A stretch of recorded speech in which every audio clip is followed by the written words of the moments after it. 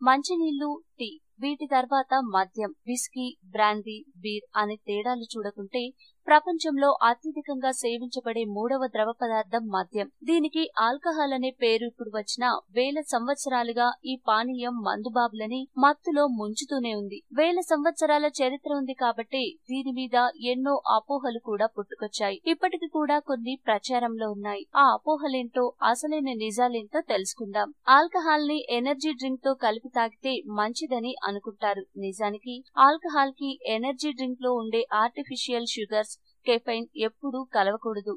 ఇది చాలా ప్రమాదకరం. బీరు తాగితే బరువు పెరుగుతారు అని అదో అపోహ.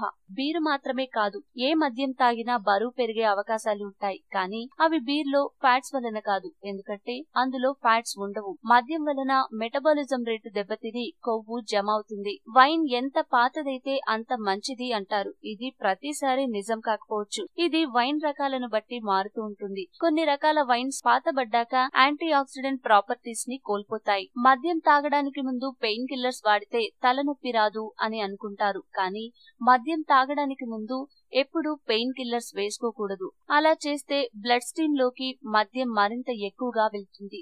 మద్యం బ్రెయిన్ సెల్స్ పై డైరెక్ట్ గా అటాక్ చేస్తుందనేది కూడా ఓ రకంగా అపోహే.